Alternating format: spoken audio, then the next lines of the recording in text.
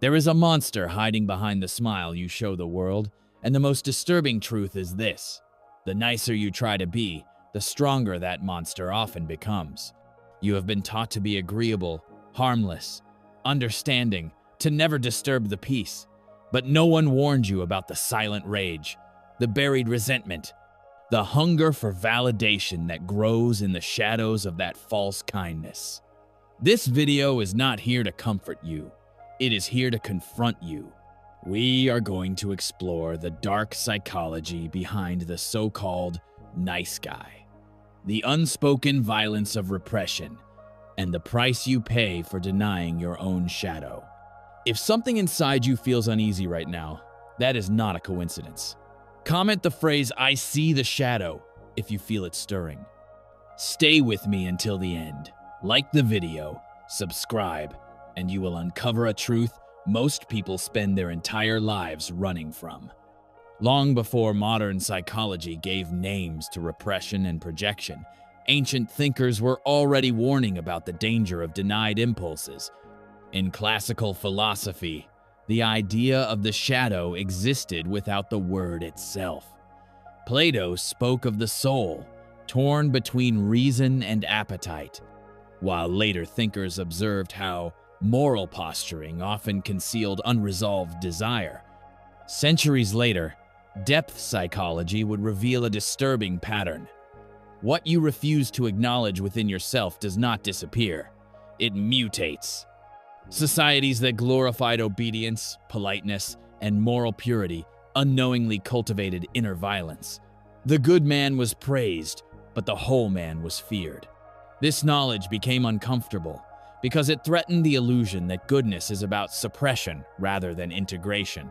Today, this misunderstanding fuels modern resentment, passive aggression, and quiet despair, wounds disguised as virtue in an age obsessed with appearing harmless. The nice guy is not born. He is constructed. He is shaped slowly through approval, correction, praise, and subtle punishment. From an early age, you learn that certain impulses earn love while others earn rejection. Anger is labeled dangerous. Desire is called selfish. Assertiveness is mistaken for cruelty. So you adapt. You soften your edges. You smile when you want to protest. You listen when you want to leave. You give when you want to take.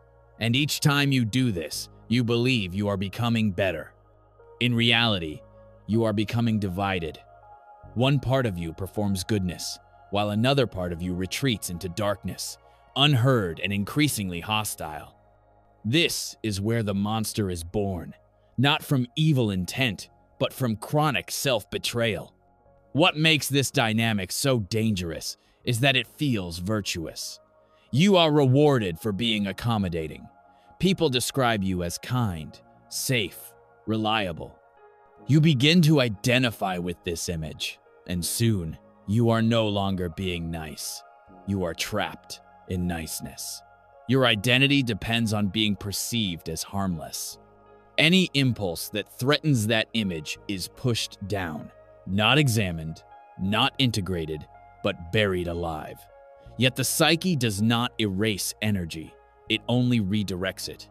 What you repress does not die. It waits, it gathers pressure, and eventually, it finds expression in distorted ways. This is why the nice guy often experiences a deep, confusing resentment toward the very people he serves. You give your time, your attention, your emotional labor, yet inside you feel unseen, unappreciated, cheated. You tell yourself you are doing the right thing, but something inside you keeps score. You may not admit it, but you expect something in return. Love, desire, loyalty, recognition.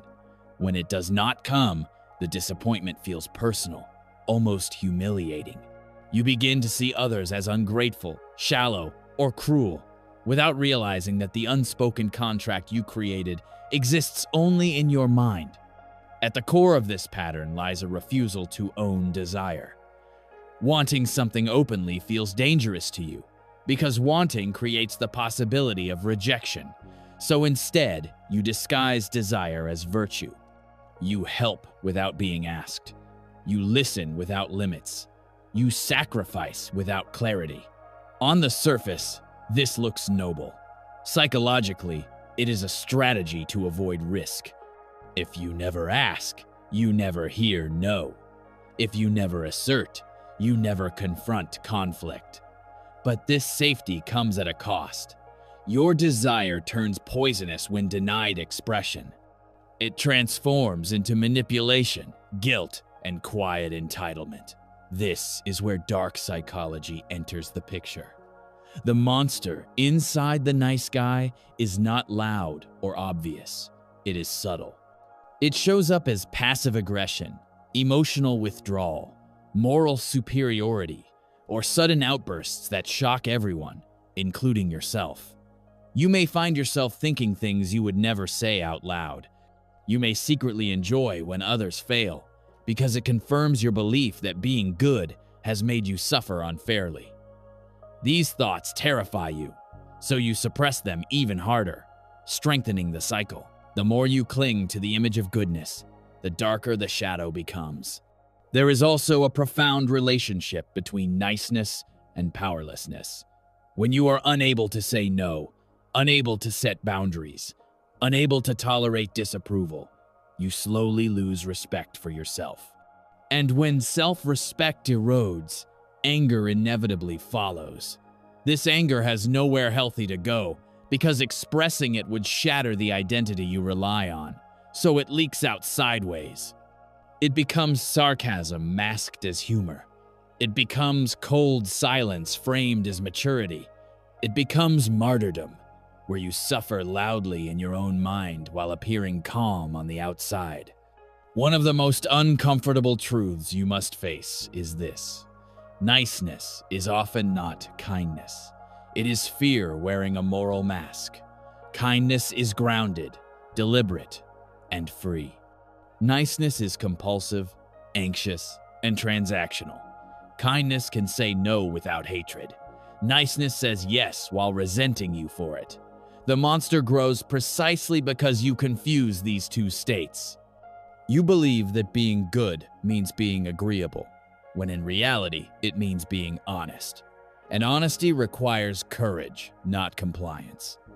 Another layer of this dynamic appears in relationships, especially romantic ones. The nice guy often believes that emotional availability, loyalty, and patience should naturally lead to desire and intimacy. When it does not, he feels betrayed by reality itself. This is not because others are cruel, but because attraction is not a reward for good behavior. It responds to presence, polarity, and self-possession. When you erase your edges to be liked, you also erase the tension that creates desire. The monster then whispers a dangerous lie, that the world owes you something for your restraint. This is where the shadow becomes moralized. You begin to see yourself as superior to those who are more direct, more assertive, more unapologetic. You judge them as selfish or immoral, while secretly envying their freedom. This moral superiority is not virtue. It is compensation. It is the ego's way of protecting itself from the pain of unexpressed life force. The monster is no longer just anger. It becomes ideology, a quiet narrative that says, I am better than them because I suffer.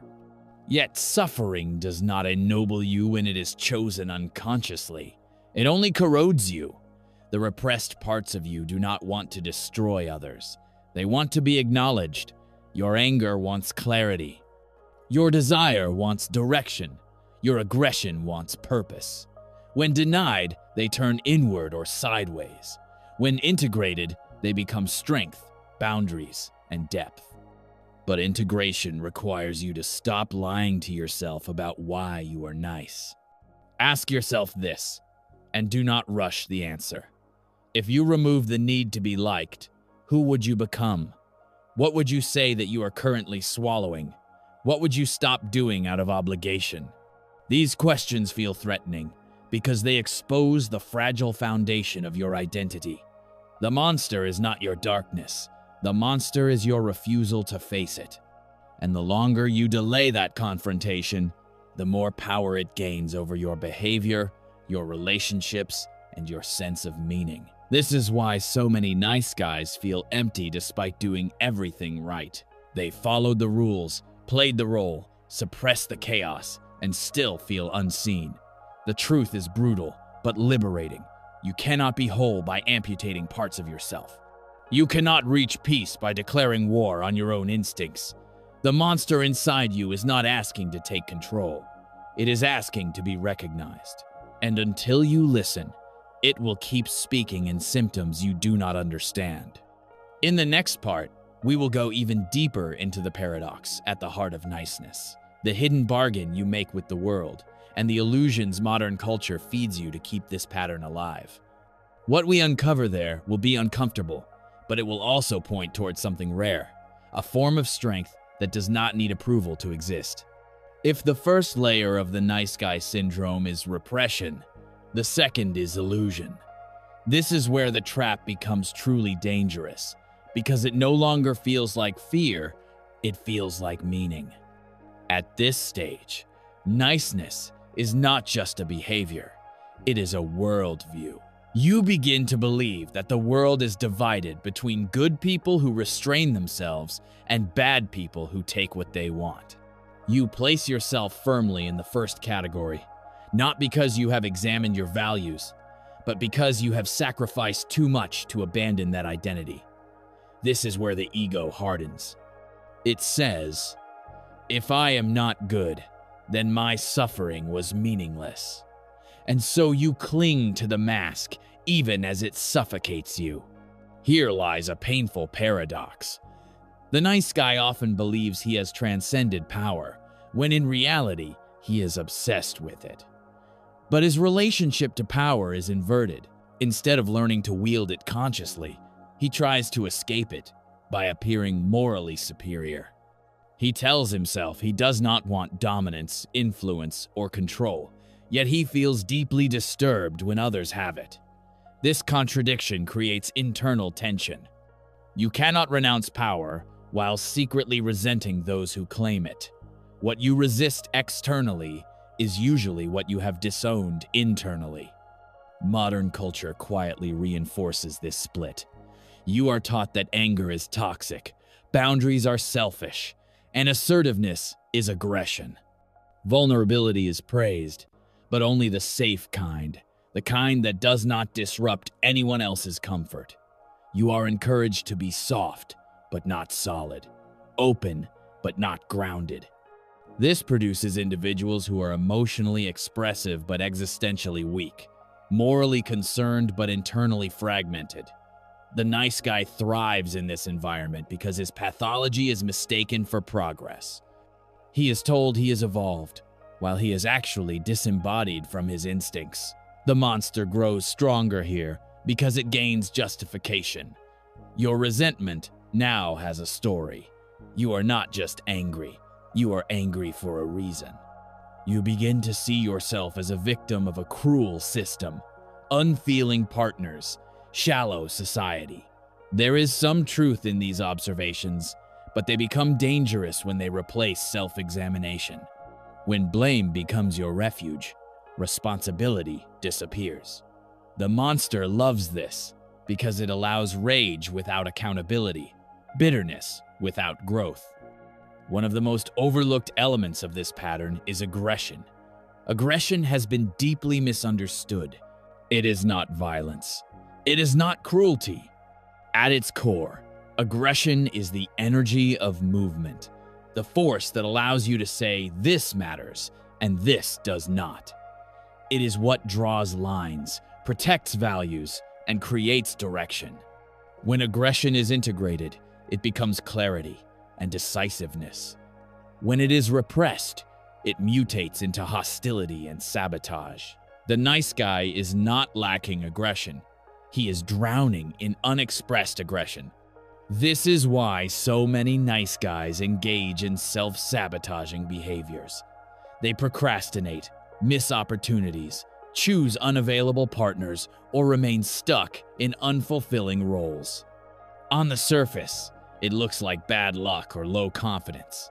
On a deeper level, it is unconscious rebellion.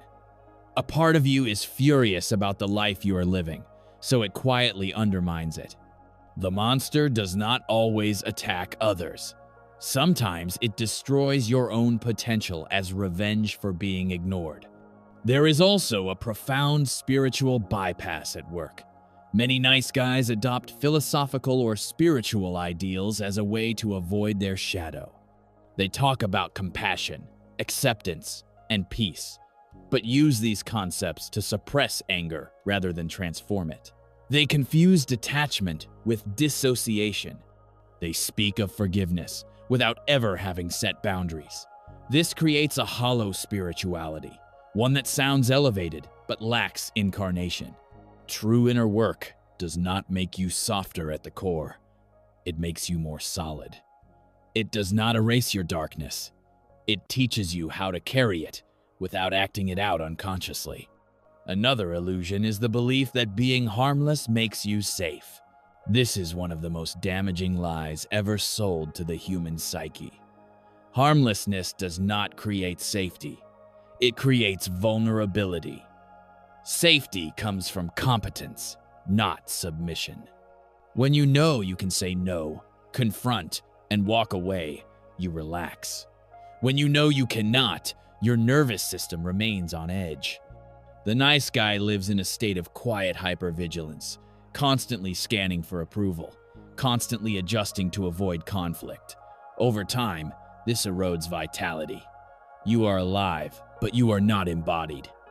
The monster also feeds on delayed authenticity. You tell yourself, one day I will speak my truth, when the timing is right, when I am stronger, when others are more receptive.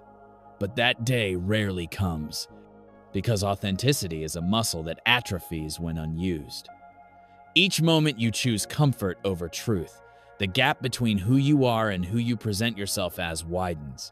That gap is the breeding ground for shame. And shame is fuel for the shadow. It whispers, if they really knew you, they would leave. So you perform harder, smile wider, and disappear further. There is a specific cruelty in this pattern when it comes to love. The nice guy often prides himself on emotional depth, yet avoids emotional risk. He listens endlessly, but reveals selectively. He gives, but does not ask. He stays, but does not stand. This creates relationships built on imbalance rather than intimacy. Others sense this, even if unconsciously. They may appreciate your presence but feel no polarity, no tension, no sense of self meeting self. Attraction requires two centers, not one center orbiting another. When you abandon your center to be liked, you undermine the very connection you crave. The monster reacts violently to this realization because it threatens the core fantasy that goodness will be rewarded. Letting go of this fantasy feels like betrayal of your younger self, the one who learned to behave in order to survive emotionally. But survival strategies are not life strategies. What kept you safe once may now be suffocating you. The ego resists this truth fiercely because it means admitting that your suffering was not imposed, but maintained. Here is the most unsettling insight. The nice guy often uses morality as a form of control. By being better, he seeks leverage. Not overtly, but subtly. His goodness becomes a silent accusation. After all I have done for you becomes an unspoken weapon. This is not conscious manipulation, but it has manipulative effects.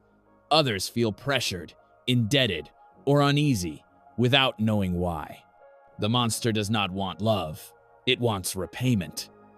And repayment is never as nourishing as freely chosen connection. Integration begins when you stop asking, how do I stay good? And start asking, how do I become whole? Wholeness includes anger, desire, ambition, and the willingness to disappoint. It includes the capacity to say no without explanation. It includes the courage to be misunderstood. These qualities feel dark only because you have been taught to fear them. In reality, They are the foundation of psychological adulthood. The nice guy fears that if he embraces his shadow, he will become cruel or selfish. This fear is understandable, but misplaced. What makes people destructive is not owning their darkness, but being possessed by it unconsciously. Awareness does not amplify the shadow, it civilizes it. When you acknowledge your capacity for aggression, you gain choice. When you deny it, it chooses for you. The monster stops being a monster when it is given language, limits, and direction. You must also confront grief.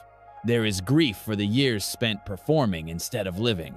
Grief for the opportunities missed because you were waiting to be chosen. Grief for the anger swallowed, the boundaries unspoken, the desires dismissed. This grief is not weakness. It is evidence of awakening. The monster softens when it is mourned rather than feared. Rage often guards sadness. When you allow yourself to feel the latter, the former loosens its grip. Modern illusions promise that healing means becoming endlessly gentle. In truth, healing means becoming real. Real people have edges. Real people say no. Real people can tolerate tension without collapsing or attacking. This is the maturity the nice guy was never taught. He was taught to be pleasing, not present, safe, not sovereign. But sovereignty is not domination. It is self-possession. And self-possession requires you to reclaim the parts of you exiled in the name of being good. As we move forward, the question is no longer whether the monster exists. It does. The question is whether you will continue to feed it with denial or transform it through conscious engagement. In the next section, we will shift from analysis to action. You will learn how to work with this energy rather than against it, how to integrate strength without becoming bitter, and how to step out of the nice guy prison without turning into the very thing you fear. The path forward is not about becoming darker or lighter, but deeper. Now we move from understanding to embodiment, because insight without action only sharpens frustration. The first practice is radical honesty with yourself, not in your thoughts, but in your body. Several times a day, pause and ask yourself a simple question. What do I actually want right now? Not what you should want, not what would make you look good, but what is true in this moment. Then notice the immediate impulse to soften, justify, or erase that answer. That reflex is the nice guy conditioning. Do not fight it, observe it. Awareness alone begins to loosen its grip. The second practice is learning to tolerate disapproval. The monster inside you feeds on the belief that being disliked is dangerous. You must gently prove to your nervous system that this is no longer true. Start small. Say no to a minor request without explaining yourself. Express a preference without cushioning it. Let a silence remain where you would normally rush to reassure. Notice the discomfort, the anxiety, the urge to fix. Stay present. Nothing catastrophic happens. Each time you survive disapproval, your inner authority grows stronger. The third practice is reclaiming healthy aggression through the body. Aggression is not a thought. It is an energy. If it stays trapped in your mind, it turns toxic. You need outlets that are deliberate and grounding. This can be intense physical movement, strength training, martial arts, or any disciplined practice that requires effort and focus.